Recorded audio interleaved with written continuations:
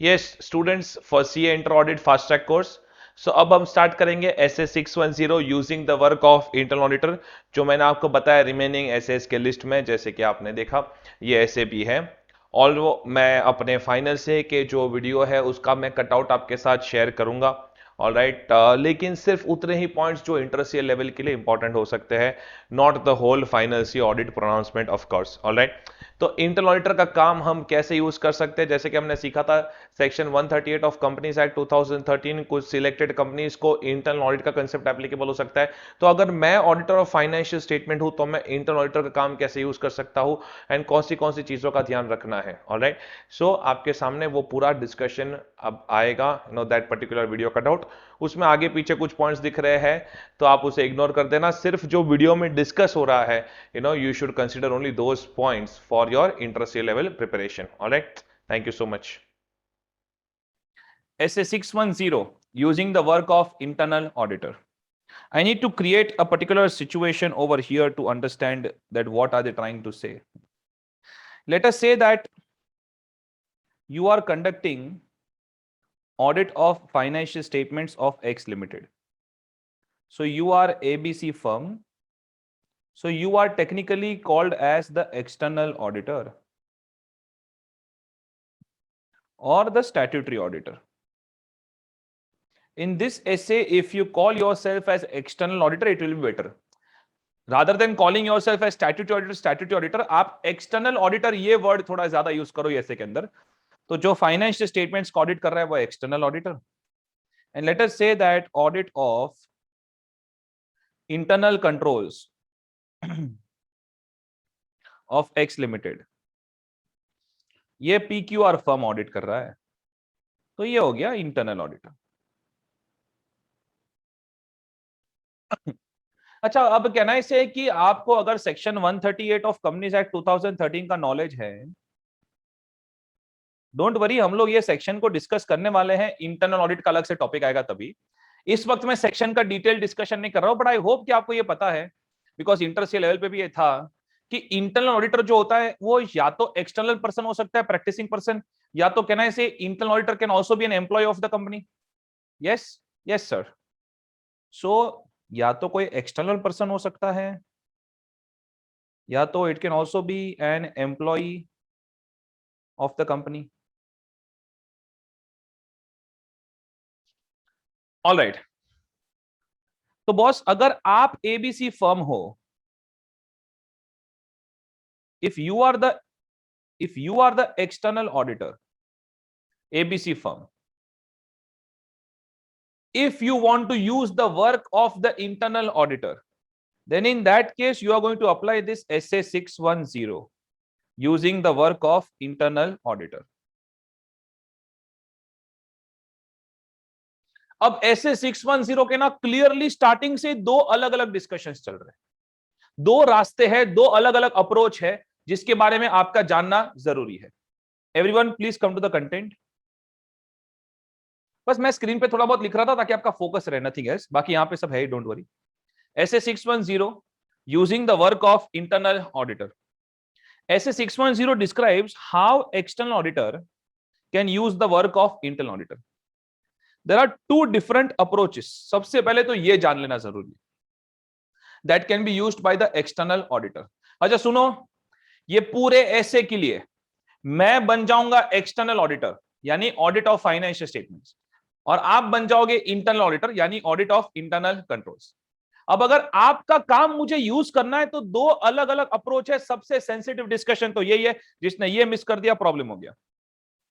एक, using the work of internal audit function, English पकड़ेंगे। On the other side, using the internal auditor to provide direct assistance to the external auditor. Everyone over here, एक approach ये हो गया कि मैं आपका काम यूज करूंगा, लेकिन मैं सिर्फ आपकी रिपोर्ट्स को रीड करूंगा, आपके साथ थोड़ा बहुत कोऑर्डिनेशन करूंगा, डिस्कशन करूंगा, दैट्स इट। तो ये हो गया normal using the work of internal audit function, discussions, reading the reports वगैरह। लेकिन अगर आप अग्री करते हो एंड मैनेजमेंट अगर राइटिंग में अग्री करता है, तो with the written agreement with the written agreement of management and internal auditor. हम एक ऐसा अलग ही अप्रोच डिसाइड कर सकते हैं कि आप यानी कि इंटरनल ऑडिटर मेरे डीएसआर में काम करोगे, यानी मेरे डायरेक्शन, सुपरविजन एंड रिव्यू पे काम करोगे। यानी मैं आपको डायरेक्ट करूंगा, इंस्ट्रक्ट करूंगा। जैसे मैं अपनी आर्टिकल्स या ऑडिट टीम को इंस्ट्रक्ट करता हूं, वैसे मैं आपको इंस्ट्रक्ट करूंगा, आपके काम को सुपरवाइज करूंगा, आपके काम को रिव्यू करूंगा। पर बेटा ये सब पॉसिबल है अगर management and internal auditor writing में अग्री करे तो। प्रैक्टिकल लाइफ में ये बहुत रेयर पॉसिबिलिटी है। This is very rare possibility in practical life, because normally कोई इंटरनल ऑडिटर आपके अंडर में काम करना नहीं चाहेगा। Are you getting my point? Yes or no sir? उसको पैसा वैसा तो मैनेजमेंट से मिल रहा है। सो ये प्रैक्टिकल लाइफ में रेयर पॉसिबिलिटी है, पर इंस्टीट्यूट का बहुत फेवरेट है क्वेश्चन आंसर के लिए। डायरेक्ट असिस्टेंस, ये दो वर्ड को नहीं भूलने का। डायरेक्ट असिस्टेंस यानी, बोलो मेरे साथ, internal auditor will work under DSR, direction, supervision and review of the external auditor. This is possible only if there is a written agreement between management, internal auditor, external auditor. अगर writing में हम सब मिलके agree करते हैं तो ही ये possible है, वरना नॉर्मली क्या चलता रहता है?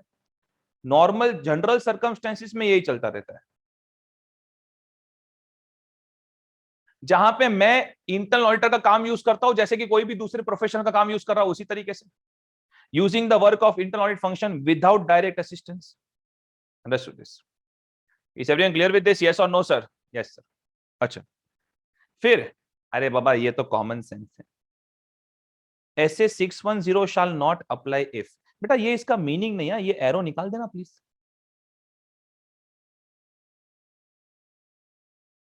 ये अलग से एक बॉक्स है जो मैंने दिया है। SA 610 shall not apply if, पूरा ऐसे अप्लाई नहीं होगा अगर एंटिटी के पास कोई इंटरनल ऑडिटर है ही नहीं तो ऐसे कहां से आएगा?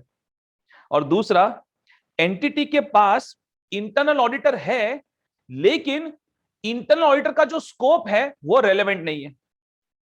अरे हेलो, कैन आई से, अच्छा सब लोग मेरे साथ जरा बातें करना, कैन आई से internal auditor is appointed by the management? Yes sir. Can I से कि इंटरनल ऑडिटर क्या करेगा क्या नहीं करेगा, उसका राइट्स, ड्यूटी, स्कोप, ये सब कौन डिसाइड करता है? मैनेजमेंट। तो अगर मैं इंटरनल ऑडिटर के स्कोप के ऊपर बहुत सारे रेस्ट्रिक्शंस है एंड मैनेजमेंट ने उसको इनफ फ्रीडम देके नहीं रखा है काम करने के लिए, देन इन दैट केस मैं उसका काम यूज ही क्यों करूं? सो एक तो अगर इंटरनल ऑडिटर है ही नहीं तो ये ऐसे अप्लाई नहीं होता।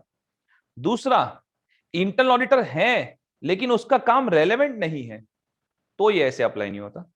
तीसरा, इंटरनल ऑडिटर है, उसका काम भी रेलेवेंट है लेकिन मुझे यूज नहीं करना। Look at this, based upon assessment auditor finds internal audit function can not be used. मुझे लग रहा है कि यार this person is not reliable person and I don't want to use it. So one more time, चलो फटाफट summary. There are two approaches of using the work of internal auditor. One is direct assistance. That means internal auditor will work under DSR of the external auditor.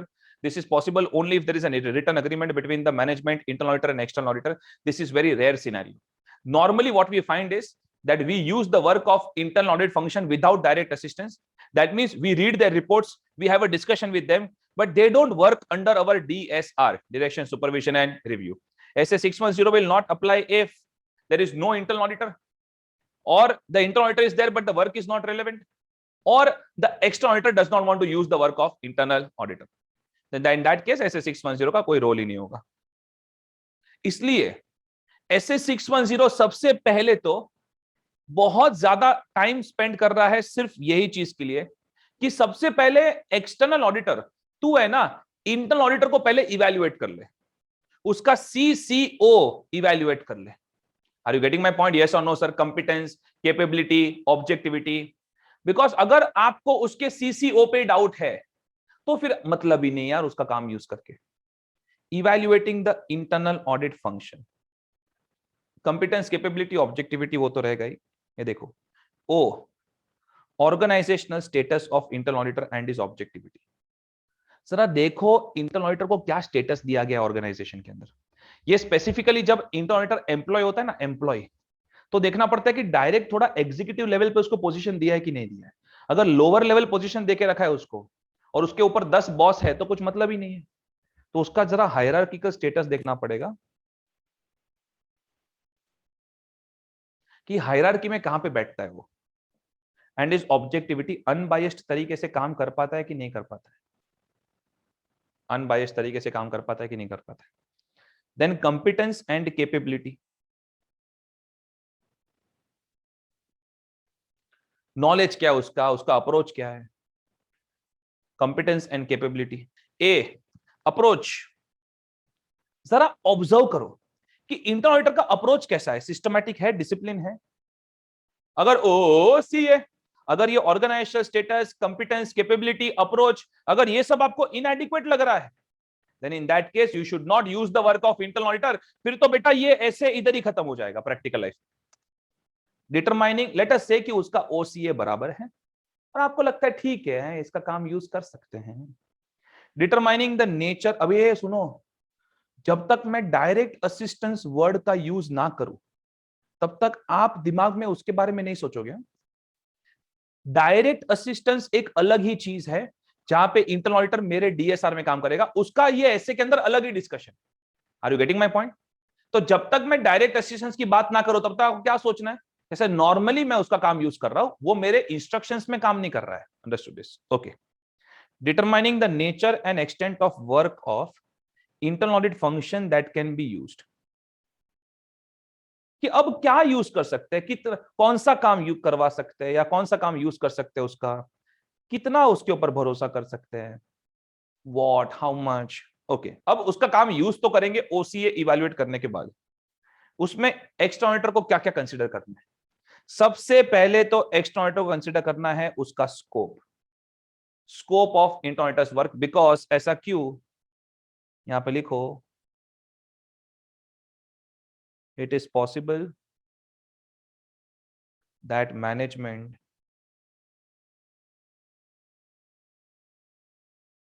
has imposed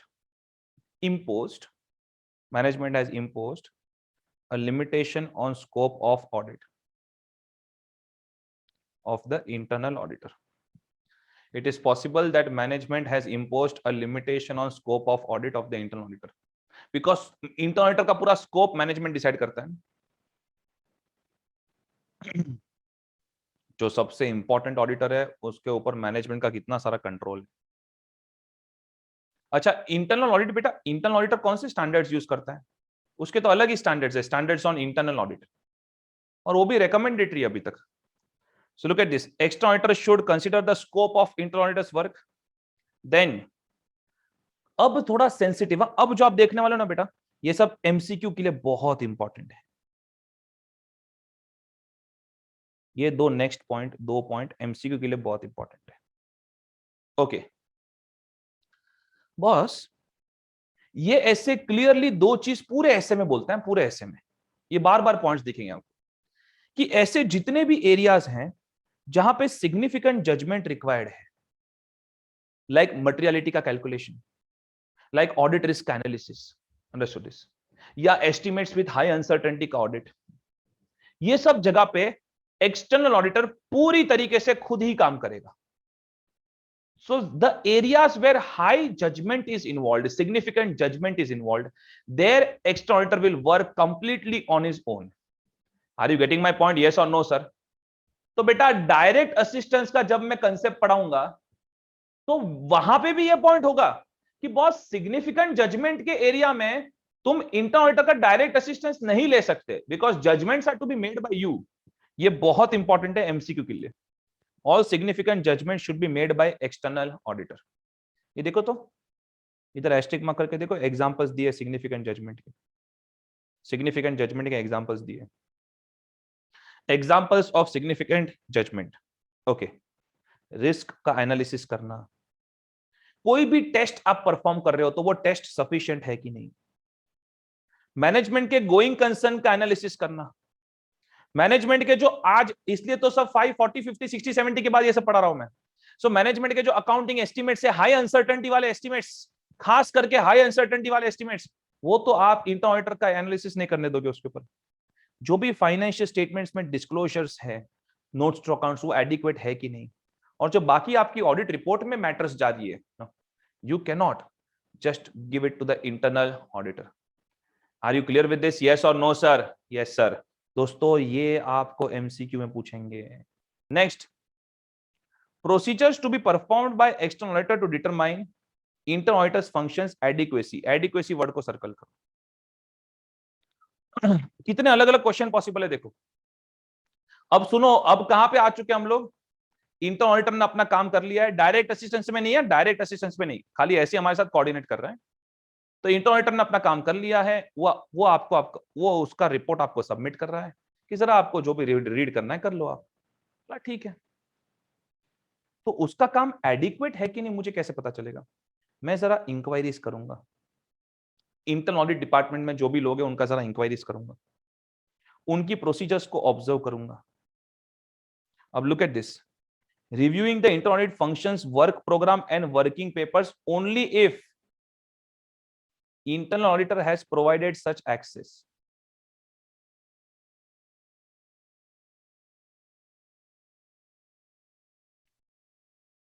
Only if internal auditor has provided such access. वापस बेटा अगर internal auditor employ है तो आप जैसे company के records access कर रहे हो वैसे उसका वर्किंग एक्सेस कर ही सकते हो। बिकॉज अगर इंटरनल ऑडिटर एम्प्लॉय है तो उसने जो वर्किंग किया वो कंपनी के रिकॉर्ड्स है, वो उसकी प्रॉपर्टी नहीं है। ये तो मैं पूरे आंसर में मैं कैसे आंसर्स लिखा रहा हूं जैसे कि इंटरनल ऑडिटर समझो कोई एक्सटर्नल पर्सन है, तो मेरे सब आंसर से वैसे लिखा रहा हूं। अगर एम्प्लॉय है तो बात खत्म ही हो गई। ऑलराइट दोस्तों, अब मेरी जरा बात सुनो। पहले नेक्स्ट पैराग्राफ में ना, नेक्स्ट पॉइंट में डायरेक्ट असिस्टेंस वर्ड को सर्कल कर दो और एकदम जाग जाओ प्लीज। डायरेक्ट असिस्टेंस का डिस्कशन शुरू होने वाला है, यानी कि internal auditor has agreed to work under my DSR, direction supervision and review.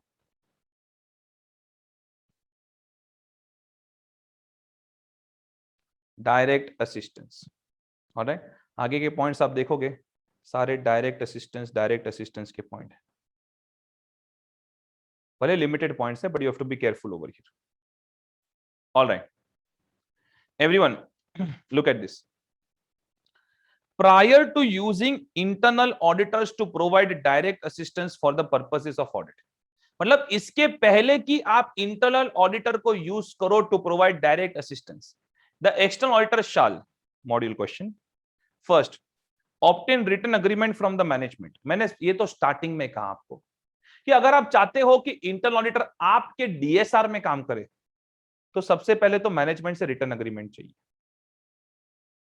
On the management of the entity, कि भाई तू लिख के दे कि internal auditor will be allowed to follow the external auditors instructions. ये मैनेजमेंट तू लिख के दे, ये पूरा अलग ही डिस्कशन चल रहा है कि भाई इंटरनल ऑडिटर तुम्हारी टीम की तरह DSR में काम करने वाला, डायरेक्शन सुपरविजन रिव्यू में। मैनेजमेंट तो लिख के दे, एक बार ये अग्रीमेंट साइन हो गया फिर मैं जो इंटरनल ऑडिटर को इंस्ट्रक्शंस दूंगा उसमें you will not interfere. Look at this, entity will not intervene in the work that IA performs for EA. फिर इंटरनल ऑडिटर से अग्रीमेंट लेना है। ये इंटरनल ऑडिटर तू भी आ इधर आ, लिखो, लिख के दे कि बॉस तू मेरी सारी मैटर्स को कॉन्फिडेंशियल रखेगा, मेरे इंस्ट्रक्शंस के हिसाब से ऑडिट करेगा, एंड इफ आपको कोई प्रेशराइज करने की ट्राई करे तो मुझे आके इन्फॉर्म करना। हाँ, look at this, obtain written agreement from internal auditor that they will keep confidential specific matters instructed by external auditor and inform external auditor of any threat to their objectivity. Confidential word को circle करो, objectivity को circle करो। ये इसलिए मैं बोल रहा हूं कि प्रैक्टिकल लाइफ में हाँ, ये ऋतु ये रिटर्न अग्रीमेंट्स अलग अग्रीमेंट्स हैं। प्रैक्टिकल लाइफ में ये चीज होना बहुत डिफिकल्ट है, रेयर पॉसिबिलिटी है। अंडरस्टूड दिस कि सब लोग इतना सारा आपको कमिटमेंट दे देंगे, मतलब आप हो कौन, खुद को क्या समझते हो? देन इंटरनल ऑडिटर का डायरेक्ट असिस्टेंस यूज करने से पहले देखो पूरा आंसर ही क्या है, prior to using internal auditor for providing direct assistance. आपको एलओसी पे जाना है। Oh Shesha, look at this, L for law, whether there is any prohibition by law for using internal auditor to obtain direct assistance. ए भाई, कुछ कुछ बातें ऐसी होती है जो रेगुलेटर चाहता है, लॉ चाहता है कि आप पूरी तरीके से उसका काम आप ही करो। फॉर एग्जाम्पल, अगर आप गवर्नमेंट कंपनी का ऑडिट कर रहे हो and controller and auditor general of India ने आपको बोला हुआ है, चेकलिस्ट दिया हुआ है कि ये सब चीजें आपको चेक करनी है एंड आपको ही चेक करनी है, मींस ये चीजों पे आप डायरेक्ट असिस्टेंस नहीं ले पाओगे इंटरनल ऑडिटर का। Are you getting my point? Yes or no sir? Yes sir. तो बात ही खत्म हो गई। तो फिर रिटर्न एग्रीमेंट भी क्या लेना? ये तो इनफैक्ट सबसे पहला पॉइंट होता है। This is the first point कि लॉ का रेस्ट्रिक्शन चेक करो, कोई प्रोहिबिशन तो नहीं है। एंड देन कितनी बार समझाओ, OC objectivity of internal auditor, C competence capability, ये तो as discussed earlier.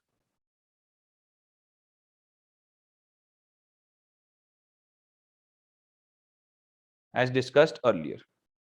All right, सुनो ना मैं क्या बोल रहा हूं।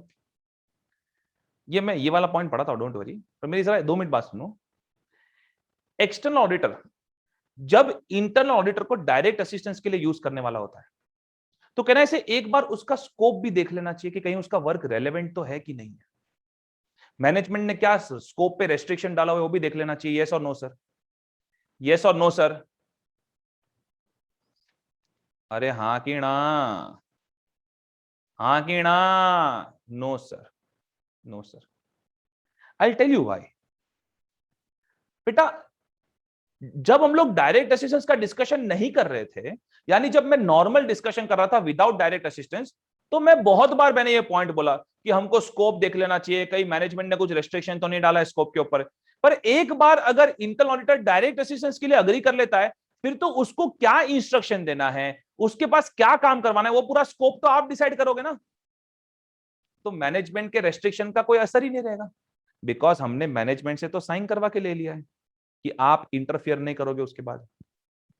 Are you getting my point? Yes sir. Okay, so यहां पे आप लिख दो, external auditor will decide the scope of internal auditors work once internal auditor agrees for direct assistance.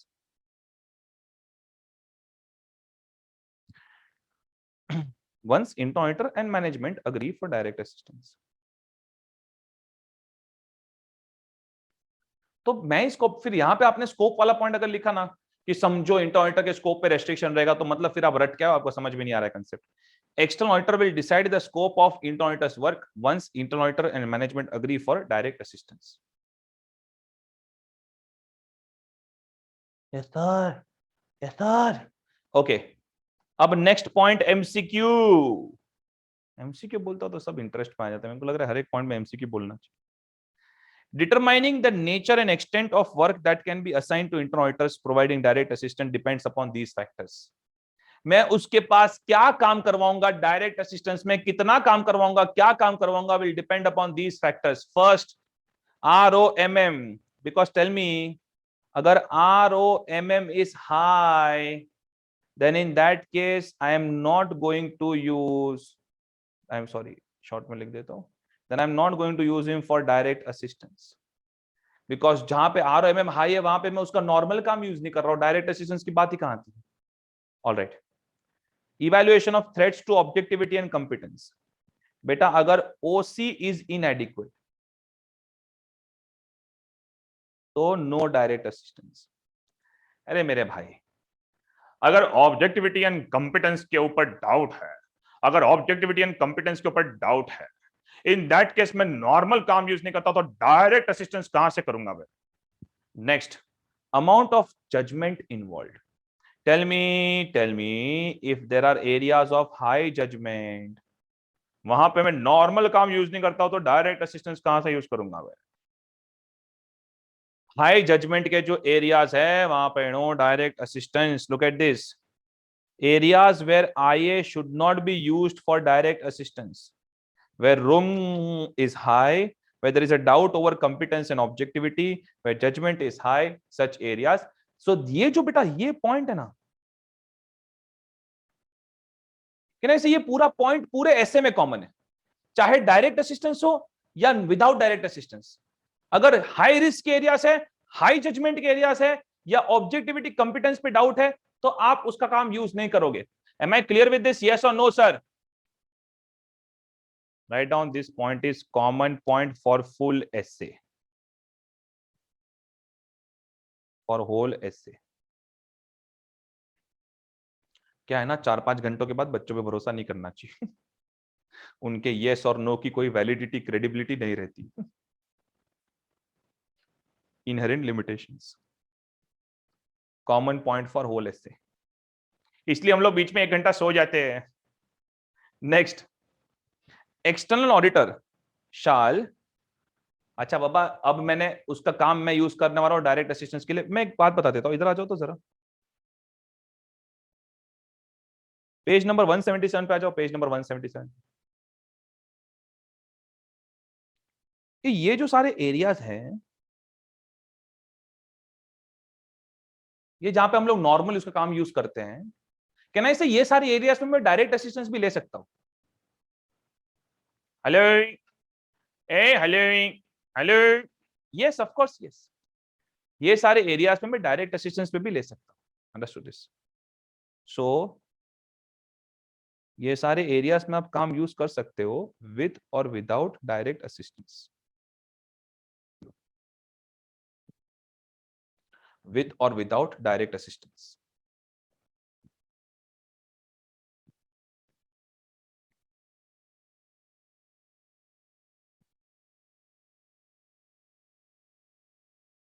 अब एक बार डायरेक्ट असिस्टेंस पे मैंने उसको 5 काम दे दिए, तो अब उसके इंस्ट्रक्शंस मैं उसको प्रोवाइड करूंगा, उसका सुपरविजन मैं करूंगा, उसका रिव्यू मैं करूंगा। Look at this, the external auditor shall डीएसआर the work perform by internal auditors on the engagement in accordance with SA 220। SA 220 में बेटा ऑडिट टीम का डीएसआर के बारे में बात की गई है। वैसे एसे 220 बड़ा ऐसे है, सारे क्वालिटी कंट्रोल की बात करता है, और उसमें एक पॉइंट यह है कि ऑडिट टीम का डीएसआर कैसे करना है। तो जिस तरीके से आप ऑडिट टीम का डीएसआर करते हो, उसी तरीके से आपको इंटरनल ऑडिटर का डीएसआर करना है। नेक्स्ट, अच्छा, ये डीएसआर करते वक्त कौन सी चीजों का ध्यान रखना है?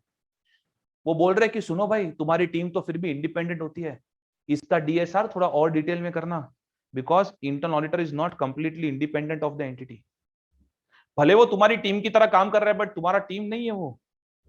नेक्स्ट, एक्सटर्नल ऑडिटर शुड, हाँ, MCQ, check back to the underlying audit evidence for some of the work performed by internal auditor। ध्यान रखना ये।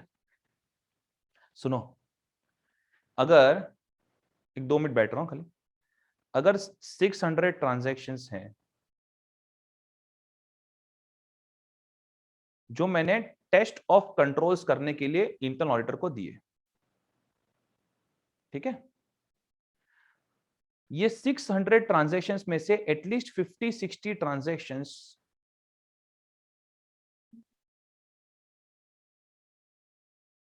एक्सटर्नल ऑडिटर को भी चेक करना चाहिए। तो अगर आपको ऐसा एमसीक्यू आता है कि नॉर्मल एकदम लिमिटेड जजमेंट वाले जो ट्रांजैक्शंस हैं वो एक्सटर्नल ऑडिटर ने इंटरनल ऑडिटर को दिए फॉर डायरेक्ट असिस्टेंस वर्क के अंदर, और एक्सटर्नल ऑडिटर ने एकदम डिटेल्ड में उसको समझा दिया कि कैसे ऑडिट करना है, उसके काम को सुपरवाइज भी किया, रिव्यू भी किया, लेकिन उसको जो 600 ट्रांजैक्शन दिए थे उसमें से एक भी ट्रांजैक्शन का एक्सटर्नल ऑडिटर ने खुद बैठ के ऑडिट नहीं किया है। Is the approach of external auditor correct over here? No sir, no no, not correct, not correct, because ऐसे 610 ये रिक्वायरमेंट डाल रहा है तुम्हारे ऊपर कि थोड़ा बहुत तो तुमको चेक बैक करना पड़ेगा, थोड़ा बहुत तो तुमको चेक बैक कर। Check back means few of the transactions need to be audited by you. देखो ना, पूरा नहीं बोल रहा, देखो ना, सम ऑफ द वर्क, और ये बेयर प्रोनाउंसमेंट्स में से लाइन लिया है मैंने, एक भी वर्ड चेंज नहीं किया इसमें. Some of the work perform by internal auditor, because this is the requirement of SA 610. Is everyone through with this? Yes, yes, okay. ओहो, तो डायरेक्ट असिस्टेंस में तो थोड़ा ध्यान रखना पड़ेगा भाई. Check back to some of the work. Okay, next. External auditor should be satisfied that, basically you should be satisfied कि इंटरनल ऑडिटर ने sufficient and appropriate audit evidence लिया हुआ है. तो जिस तरीके से आर्टिकल की बजाते हैं, जो पार्टनर का रिव्यू जब होता है, मतलब पार्टनर रिव्यू जब होता है, तो आर्टिकल को बैठ के जबरदस्त सेशन लेते हैं, उसी तरीके से इंटरनल ऑडिटर का भी सेशन लेना है मस्त एकदम. अरे are you through with this? Yes or no sir? Yes sir, yes sir. Okay, so this is the point. Be careful ना, ये वाले पॉइंट के लिए एमसीक्यू. अच्छा लिख दिया ना मैंने इधर एमसीक्यू. नेक्स्ट, डॉक्यूमेंटेशन का पॉइंट देखो तो. While using direct assistance from internal auditor, जब आप डायरेक्ट असिस्टेंस यूज करें तो कौन से डॉक्यूमेंट्स मेंटेन करने हैं? बेटा डॉक्यूमेंटेशन का पॉइंट है ना, एक्चुअली हर एक ऐसे में होता है, पर मैंने हर एक ऐसे में ये बुक में इंक्लूड नहीं किया डॉक्यूमेंटेशन का पॉइंट. क्यों? बिकॉज सब ऐसे में बहुत नॉर्मल पॉइंट होता है, जो भी पढ़ा होता है वो पूरे ऐसे में वो सबका डॉक्यूमेंटेशन होता है. अंडरस्टूड? पर यहां पे ना बहुत सेंसिटिव था, इसलिए मैंने इंक्लूड किया documentation while using direct assistance from internal auditor. आपको इंटरनल ऑडिटर की आपने ऑब्जेक्टिविटी कैसे इवैल्यूएट की, उसका कंपिटेंस कैसे इवैल्यूएट किया, वो सब का आपको डॉक्यूमेंटेशन मेंटेन रखना है. देन उसको आपने क्या काम दिया, कितना काम दिया, उसका डिसीजन कैसे लिया, उसका डॉक्यूमेंटेशन मेंटेन करके रखना है. मतलब ये ऐसे में जो भी कुछ हुआ है ये सब चीजों का. फिर डायरेक्ट असिस्टेंस के केस में तो उसका काम रिव्यू भी करना पड़ेगा. Who reviewed the work performed and the date and extent of that review. Next, अच्छा मैनेजमेंट एंड इंटरनल ऑडिटर से हमने रिटन अग्रीमेंट लिए होंगे, तो वो रिटन अग्रीमेंट का कॉपी डायरेक्ट असिस्टेंस के लिए. पर मैं जो ये पॉइंट पढ़ा रहा हूं, ये लास्ट पॉइंट पढ़ाने के लिए पॉइंट पूरा मैंने इंक्लूड किया. Look at this.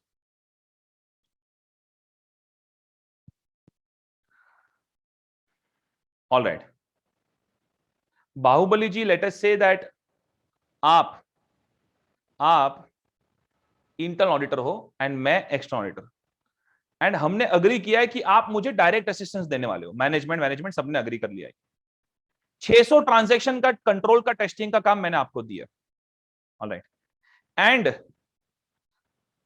आपने वो 600 ट्रांजैक्शन का कंट्रोल टेस्टिंग कर लिया, उसके वर्किंग्स बना लिए, उसमें से 50-60 ट्रांजैक्शन मैंने चेक भी कर लिए.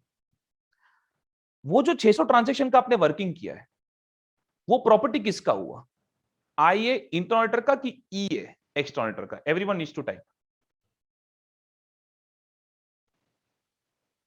ऑलराइट, बाहुबली जी वो एक्सटर्नल ऑडिटर का प्रॉपर्टी हुआ, बिकॉज आपने वर्किंग किया, लेकिन वो मेरे ऑडिट के लिए वर्किंग किया. खास जो मैंने इंस्ट्रक्शंस दिए थे वो काम करने के लिए आपने वर्किंग किया. Are you getting my point everyone? Yes or no sir? Yes sir. Look at this, पूरा पूरा लाइन पढ़ो. अच्छा Baahubali, late us say that आपने मैनेजमेंट के लिए भी दूसरे 50 काम किए हुए हैं. मैनेजमेंट, बिकॉज मैनेजमेंट के भी इंटरनल ऑडिटर हो ना आप, तो आपने मैनेजमेंट के लिए भी जो 50 काम किए हुए हैं, तो वो सब आपका ही प्रॉपर्टी है, वो उस पर मेरा हक नहीं है. उस पर जो मैं नॉर्मली बोलता हूं working papers of property of auditor. लेकिन ये जो आपने मेरे लिए काम किया मेरे इंस्ट्रक्शंस में, वो तो आपका प्रॉपर्टी नहीं, वो प्रॉपर्टी मेरा है. आपने तो बनाया है उसको, प्रॉपर्टी मेरा है. Look at this. Working papers prepared by internal auditors who provided direct assistance on the audit engagement. Please underline this. Such working papers